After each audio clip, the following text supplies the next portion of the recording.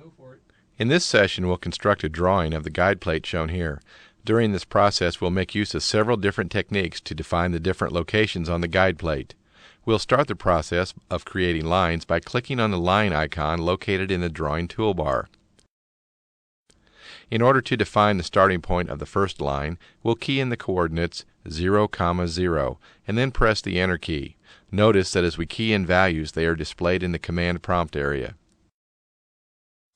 Our first line will represent the bottom of the guide plate, which is 5.5 units long, so we'll key in 5.5, 0 to define the other end of this line. The line that has just been created is located along the very bottom edge of the graphics window. In order to improve the display, we'll move this line upward. We'll first click on the pan icon.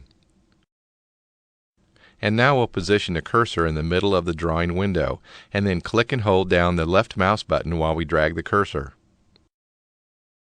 After we have positioned the line at its current location, we'll let up on the left mouse button and then press the Escape key to exit the pan option.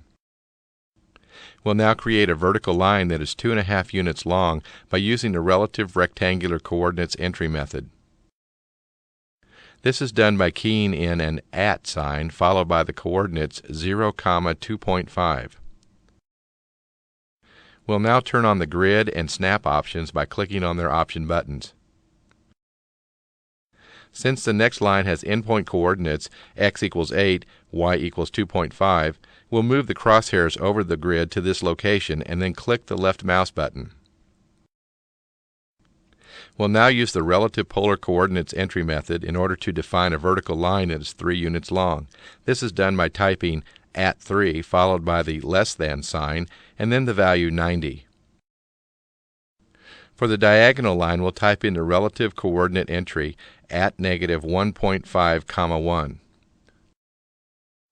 For the top horizontal line, we'll use the direct distance entry. We'll do this by positioning the crosshairs directly to the left of the end of the diagonal line that we just drew. Now we type in 6.5 followed by the Enter key. In order to finish the outline of our figure, we'll click the right mouse button followed by clicking on the Close option. We'll now create the first circle on the guide plate by selecting the pull-down options, Draw, Circle, Center, Diameter. Notice the prompt indicates that we need to specify the center of the circle. We'll do this by keying in the coordinates 3, 3. We'll now key in the diameter of 2.5. In order to draw a second circle, we'll right-click the mouse and then select the Repeat option from the pop-up menu. We'll now use the relative coordinate entry method to define the center of the next circle, so we'll key in @2.5, 2.